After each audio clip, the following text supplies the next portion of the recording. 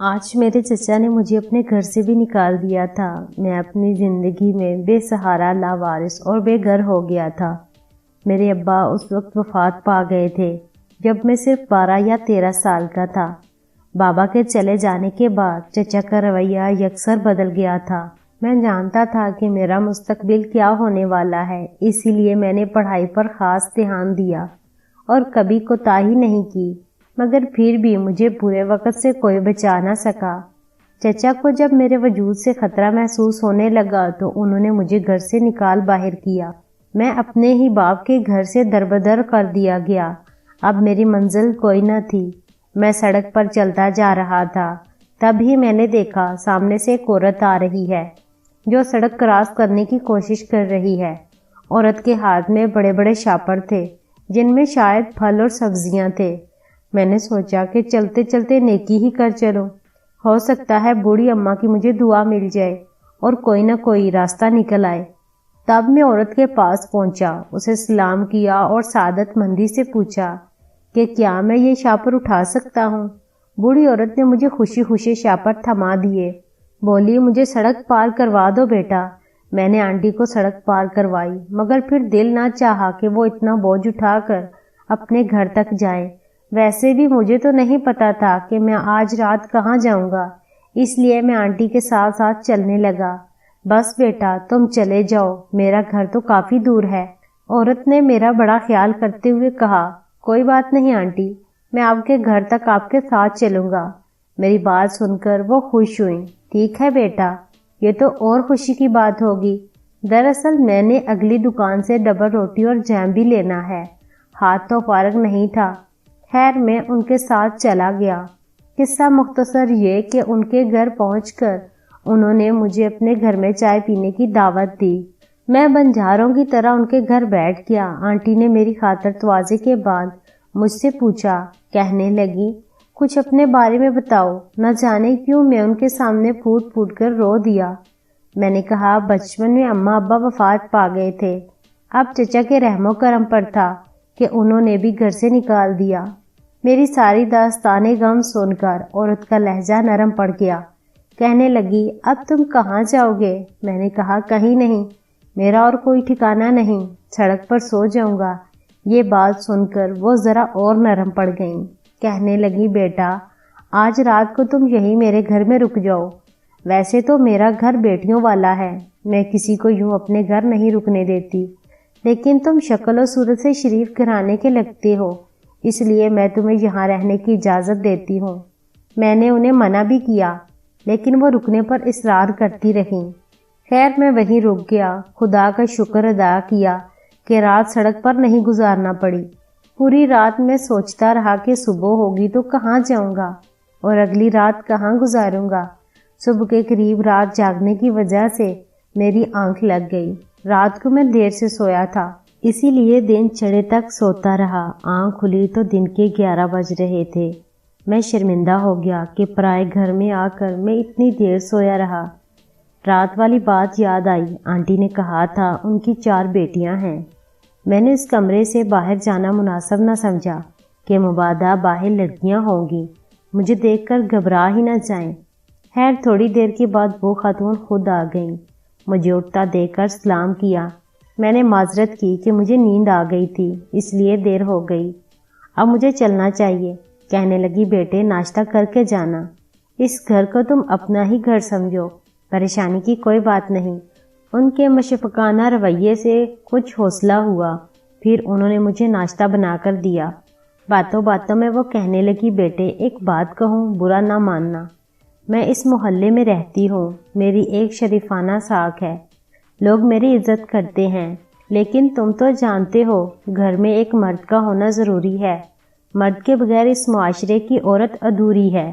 میں چاہتی ہوں اگر تم مناسب سمجھو تو ہمارے گھر رہو، میں تمہیں بیٹھک والا کمرہ دے دوں گی، تم ہمارے لیے سودا سلف لے آنا اور ہماری حفاظت کرنا، بدلے میں ہم تمہیں 2-3 وقت کا کھانا تو دے ہی دیا کریں گی، جو ہم خود کھاتے ہیں وہی تمہیں کھلائیں گی۔ آنٹی کی بات سن کر میں حیران رہ گیا کہ وہ کیسے ایک اجنبی کو اپنے گھر ٹھہرانے کا کہہ سکتی ہیں۔ دال میں کچھ کالا نظر آ رہا تھا، کیونکہ آج کل کے زمانے میں اچھائی ناپید ہے اور جہاں ہے وہاں شب بھی ہے۔ کچھ دیر سوچنے کے بعد میں نے ان کی آفر پر رضامندی کا اظہار کر دیا، کیونکہ بظاہر اس میں کوئی نقصان نہیں تھا۔ میرے پاس بھلا کیا تھا جو یہ عورتیں لوٹ کر کھا جاتی۔ میں نے حامی بھر لی کہ میں آپ کے ہی یہاں رہوں گا اور کچھ دنوں تک محنت مزدوری کر کے اپنا خرچہ سنبھالنے کے قابل ہو جاؤں گا۔ آنٹی نے کہا، یہ بڑی خوشی کی بات ہوگی، مجھے اپنی بیٹیوں کے لیے ایک مضبوط سہارا مل جائے گا۔ لیکن میں ابھی تک اس بات پر حیران تھا کہ آنٹی کی چاروں بیٹیاں میرے سامنے نہیں آئی تھیں، نہ ہی ان کی آواز میرے کانوں میں پڑی تھی۔ سوچنے لگا کہ اس عورت کی کون سی بیٹیاں ہیں جن کی حفاظت کے لیے یہ مجھے یہاں رکھنا چاہ رہی ہیں۔ بہرحال اور کوئی چارہ نہ پا کر میں وہی رک گیا۔ اگلے دن صبح سویرے نوکری کی تلاش میں چلا گیا۔ میں مارا مارا پھر رہا تھا۔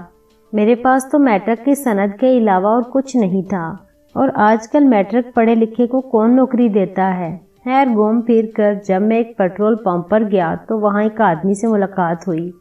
وہ آدمی مجھے کہنے لگا کہ میں تمہیں پیٹرول پمپ پر نوکری دے سکتا ہوں، مگر میری حالت اور صحت ایسی نہ تھی کہ میں اتنی سخت نوکری کر پاتا۔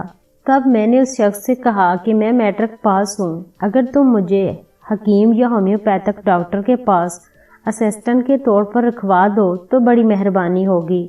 ان دنوں میٹرک تعلیم بڑی سمجھی جاتی تھی، اور یہ بات سچ ہے کہ مجھے صحت کے شعبے کا کافی علم تھا۔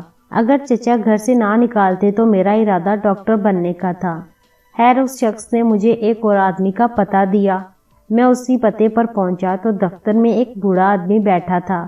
میں نے نہ جانے کیا سوچ کر اس آدمی کو اپنے بارے میں جھوٹی کہانی سنا دی۔ کہا کہ بیوہ ماں کا بیٹا ہوں، میری 4 بہنیں جوان ہیں، ان کی شادیاں بھی کرنی ہیں، مجھے جلد از جلد نوکری چاہیے، ورنہ میں اور میری بہنیں بھوکے مر جائیں گے۔ بزرگ کو میری بات پر ترس آ گیا۔ کہنے لگے، بیٹا ایک نوکری تو ہے، مگر اس میں خطرہ ہے۔ میں وہاں تمہیں بھیجنا نہیں چاہتا کہ مرد کی ذات پر بھروسہ نہیں، لیکن تم نے جو مجبوری بتائی ہے اس کے بعد میں سمجھتا ہوں کہ تم ایک باکردار انسان ہوگے، کیونکہ تمہاری اپنی 4 بہنیں ہیں۔ اگر میں تمہیں اس نوکری کے بارے میں بتا رہا ہوں تو یقین جانو تم پر بڑا اعتبار کر رہا ہوں۔ میرے اعتبار کو کبھی ٹھیس مت پہنچانا۔ یہی پاس پر ایک علاج سینٹر ہے جہاں خواتین کے مختلف امراض کی علاج کیے جاتے ہیں۔ میں وہاں تمہیں نوکری دلوا سکتا ہوں، کیونکہ وہاں بہت ساری ٹرینرز کی ضرورت ہے۔ تم تو جانتے ہو بیٹا، اس علاقے کی عورتیں کم ہی پڑھتی ہیں، لیکن یہ شعبہ ایسا ہے جہاں پر صرف ایک عورت ہی کام کر سکتی ہے۔ تو پھر آپ مجھے اس نوکری کا کیوں بتا رہے ہیں؟ میں نے مانوس ہو کر کہا، بیٹے تمہاری جسامت پتلی ہے، عمر بھی کم ہے اور چہرے کی بناوٹ بھی اچھی ہے۔ اگر تمہیں برا نہ لگے تو تم عورتوں کے کپڑے پہن کر وہاں جاؤ، اپنے آپ کو مکمل ڈھانپ کر رکھنا۔ زنانہ چال سے جاؤ گے تو کوئی پہچان نہیں پائے گا۔ تمہارا رنگ گورا ہے اور عمر کم ہے، ایسے لڑکے لڑکیوں سے مماثلت رکھتے ہیں۔ بوڑھے بابا جی کی بات مجھے بری تو لگی کہ انہوں نے میری مردانگی کی بے عزتی کی تھی، مگر پھر میں نے سوچا کہ موقع اچھا ہے، شاید یہ موقع دوبارہ نہ آئے۔ میں نے بابا جی کے کہنے پر ایک زنانہ لباس خریدا، اپنے بالوں کو بھی ایک خاص طریقے سے سیٹ کیا اور اسی جگہ چلا گیا جہاں کا پتہ مجھے بابا جی نے دیا تھا۔ وہاں پہنچ کر مجھے زیادہ دقت پیش نہیں آئی۔ ان لوگوں نے مجھے جلد ہی لڑکی سمجھ کر اپنے علاج سینٹر میں بطور اسسٹنٹ رکھوا دیا۔ میں خوش تھا کہ کم از کم میری زندگی سے تاریکی کے وہ دن تو گئے۔ اب میں بنا کسی ندامت اور احساس شرمندگی کے آنٹی شمیم کے گھر میں رہ سکتا تھا۔ لیکن اگلے دن ایک ایسی بات ہوئی جس نے میرے سوچنے کا انداز بدل دیا۔ میں اپنے کمرے میں بیٹھا ہوا تھا کہ مجھے لگا آنٹی شمیم مجھ سے کوئی بات کرنا چاہتی ہیں۔ وہ کافی دیر سے بار بار میرے کمرے کے چکر لگا رہی تھی، مگر میں سمجھ نہیں پا رہا تھا کہ آخر وہ کہنا کیا چاہتی ہے۔ آخر میں نے انہیں خود ہی کہہ دیا، آنٹی کیا بات ہے؟ لگتا ہے آپ مجھ سے کوئی بات کرنا چاہتی ہیں۔ بیٹے تم نے میری مشکل آسان کر دی، آنٹی نے صوفے پر بیٹھتے ہوئے کہا۔ دراصل آج میں تمہیں ایک ایسی حقیقت بتانا چاہتی ہوں جس پر سے پردہ اٹھانا میرے لیے آسان نہیں۔ محلے کے کسی شخص کو، میرے رشتہ داروں تک کو یہ نہیں پتا کہ میری حقیقت کیا ہے۔ بیٹے، بات یہ ہے، میں نے تمہیں کہا تھا کہ میں 4 جوان بیٹیوں کی ماں ہوں۔ وہ سچ بات تھی، لیکن ادھورا سچ میں نے تمہیں بتایا تھا۔ دراصل آج سے تقریباً 20 سال پہلے میرے شوہر نے مجھے طلاق دے کر گھر سے نکال دیا تھا۔ اس کے بعد میں ایک ایسے گروہ کے ہتھے چڑھ گئی جہاں پر لڑکیوں کو فروخت کرنے اور خریدنے کا کام ہوا کرتا تھا۔ میں ان لوگوں کے ساتھ رہتے رہتے انہی کے جال میں پھنستی چلی گئی۔ حالانکہ میں نے کبھی بھی کسی عورت کا برا نہیں چاہا تھا، لیکن یہاں جو بھی لڑکی آتی اس کا حشر برا کیا جاتا۔ باقی لڑکیوں کی طرح میں بھی شروع میں اس کام سے دور بھاگتی تھی، مگر رفتہ رفتہ یہ لوگ مجھے مارنے پیٹنے اور تشدد کرنے لگے۔ جب میں اس سب کے باوجود بھی ان کی روش پر نہ چلی تو ان لوگوں نے مجھے لڑکیوں کا انچارج بنا دیا۔ یعنی وہ لڑکیاں جو یہاں خرید و فروخت ہونے کے لیے آتی تھیں، میں ان کا موازنہ کر کے گاہکوں تک پہنچا دیتی تھی۔ اگرچہ اس کام میں مجھے سکون نہیں تھا، لیکن کم از کم یہ عصمت فروشی سے تو بہتر تھا کہ میری اپنی عزت محفوظ تھی۔ کچھ دن کے بعد مجھے احساس ہوا کہ یہاں پر صرف نوجوان لڑکیوں کی ہی نہیں بلکہ نومولود بچوں کی خرید و فروخت بھی ہوتی ہے۔ اس سوچ نے ہی مجھے ڈرا کر رکھ دیا۔ میں نہیں جانتی تھی کہ یہ لوگ اس قدر تشدد پسند ہیں۔ خیر، انہوں نے مجھے اس بات کی ہوا نہ لگنے دی، مگر بطور انچارج میں مختلف گاہکوں سے ملتی تو وہ باتوں باتوں میں ایسی باتوں کا ذکر کر دیتے۔